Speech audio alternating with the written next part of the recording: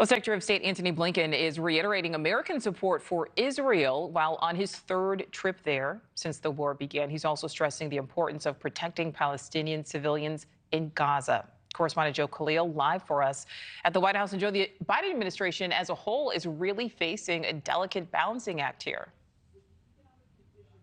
They are. And you could see that in the tone that we heard from Secretary Tony Blinken today, a different tone than we've heard from him, frankly, since the beginning of this conflict. Speaking from Tel Aviv today, he did emphasize the U.S. is still in Israel's corner and is going to do everything it can to try to help Israel in its goal to wipe out Hamas. But what really stood out was his emphasis on a temporary pause in fighting. He said that the conversations he's having now with his Israeli counterparts and with Prime Minister Benjamin Netanyahu really focused on how you get there, how they conduct a pause in fighting that would both emphasize trying to get hostages out of Gaza, American and Israeli hostages, how they would do it in a way that would help get humanitarian assistance into Gaza for Palestinian civilians who were caught up in this fighting, and how they would do all of this, pause in fighting, in a way that wouldn't advantage Hamas. That is a really tricky line and a balance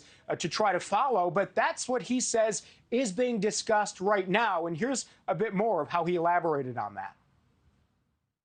Legitimate questions were raised in our discussions today, including how to use any period of pause to maximize the flow of humanitarian assistance, how to connect a pause to the release of hostages, how to ensure that Hamas doesn't use these pauses or arrangements to its own advantage.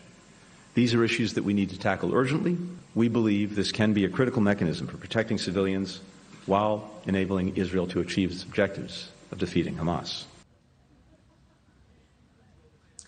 And Blinken actually emphasized that there is a strategic advantage for Israel if they're careful about the way they conduct their operation in Gaza, if they emphasize avoiding as many civilian casualties, children and women dying as much as possible. And the reason he thinks that's an advantage for Israel if they do that is because he says here, quote, there would be no partners for peace if the Palestinians are consumed by humanitarian catastrophe, alienated by indifference to their plight. So he's thinking about what comes next after the conflict is over, whenever that may be. And he actually got a question about the day after, about what comes next once this is all settled, if you can wipe out Hamas.